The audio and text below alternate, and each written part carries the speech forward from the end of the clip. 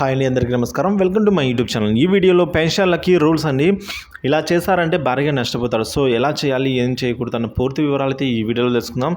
So ఇక ఆలస్యం చేయకుండా వీడియోలోకి అయితే వెళ్తాం. మీరైతే వీడియోని చివరి దాకా చూడడానికి ప్రయత్నం చేయండి. వీడియో నచ్చినట్లయితే ఒక లైక్ చేయండి. ఇక వివరాలు చూసుకున్నట్లయితే ముందుగా భారతదేశంలోని వివిధ సంస్థల్లో పనిచేసే ఉద్యోగుల సంక్షేమ, రిటైర్మెంట్ తర్వాత ఆర్థిక భద్రతకు ఎంప్లాయీస్ ప్రావిడెంట్ ఫండ్ ఆర్గనైజేషన్ అంటే ఈపీఎఫ్ఓ కృషి చేస్తున్న విషయం మనందరికీ తెలిసిందే.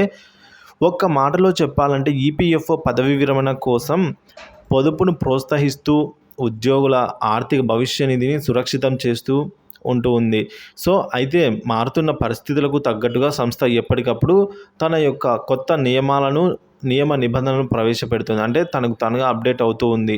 సో ఇటీవల ఈపీఎఫ్ఓ పెన్షన్ రూల్స్కు సంబంధించి స్పష్టమైన ప్రకటన కూడా ఒకటి జారీ చేసిందండి. ఎవరైతే చందాదారులు అందుకునే పెన్షన్ మొత్తం అయితే ఉందో దాన్ని ప్రభావితం చేసే విధంగా వివిధ అంశాలనైతే విశేషించింది. సో ఏ వయసులో రిటైర్మెంట్ అనేది ఏ వయసులో అయితే ఎక్కువ పెన్షన్ వస్తుందో అర్థమయ్యేలా వివరించింది. అది ఒకసారి చూద్దాం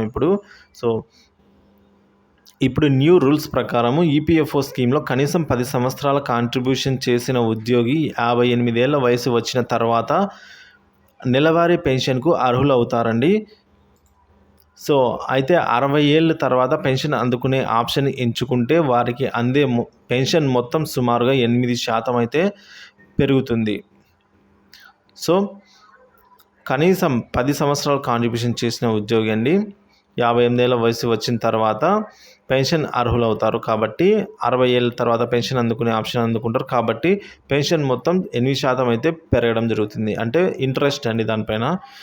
ఈ విధంగా ఈపీఎఫ్ఓ రూల్స్ ప్రకారం బేసిక్ ఉద్యోగి శాలరీ అందులో 12% ప్రావిడెంట్ ఫండ్ అంటే పీఎఫ్కి కేటాయిస్తారు. యజమాని ఎవరైతే ఎంప్లాయిలర్ అంటే ఓనర్ బాస్ ఉంటారో బాస్ సైతం ఇంతే మొత్తం కాంట్రిబ్యూట్ చేయాల్సి ఉంటుంది. అయితే employees contribution 8.33% employees pension scheme అంటే ఈపీఎస్కు వెళ్తుంది. మిగిలిన 3.67% ప్రావిడెంట్ ఫండ్కు కేటాయిస్తారు. ఇక 60 ఏళ్ళ బెస్ట్ ఆప్షన్ అయితే చందాదారులు 60 ఏళ్ళ వయసులో పెన్షన్ తీసుకోవడం మంచిదని ఈపీఎఫ్ఓ చెబుతోంది. ఇందువల్ల ఎక్కువ రాబడి అవుతుందైతే పేర్కొందండి. సో పెన్షన్లో భాగంగా సబ్స్క్రిప్షన్ అంటే కాలపరిమితిని కనీసం 10 సంవత్సరాలుగా సర్వీస్ పూర్తి చేసి ఉంటే 50 సంవత్సరాల వయసు నుంచి పెన్షన్ కోసం దరఖాస్తు చేసుకునే అవకాశం అయితే ఉందండి. అయితే ముందుగానే పెన్షన్ తీసుకుంటే వారికి అందే పెన్షన్ మొత్తం భారీగా తగ్గుతుంది. దీంతో సబ్స్క్రిప్షన్ భారీగా నష్టపోక తప్పదు.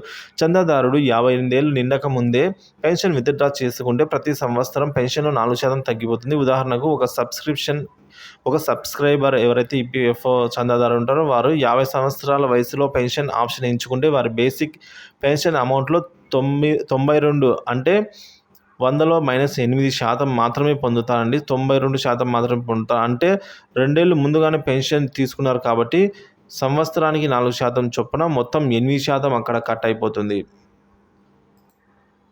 సో కాబట్టి అంటే ఈ విధంగా వారు మరోవైపు 10 సంవత్సరాల సర్వీస్ పూర్తి చేసిన 50 సంవత్సరాల కంటే తక్కువ వయసు ఉన్న చందాదారుల యొక్క పెన్షన్ ప్రయోజనాలు అనర్హులండి. సో పదవి విరమణ తర్వాత ఈపీఎఫ్ అకౌంట్లో ఉన్న నిధులను మాత్రమే అందుకుంటారు. పెన్షన్ బెనిఫిట్స్ ఏమీ ఉండవు. ఈ విషయాలను ప్రతి ఒక్క సబ్స్క్రైబర్ అర్థం చేసుకోవాలని అయితే ఈపీఎఫ్ కోరుతుంది. తద్వారా కొన్నేళ్ళుగా దాచుకున్న డబ్బు రాబడిలో కోల్పోకుండా నిర్ణయాలు తీసుకునే వీలైతే ఉంటుందని అయితే ఈపీఎఫ్ చెప్తుంది.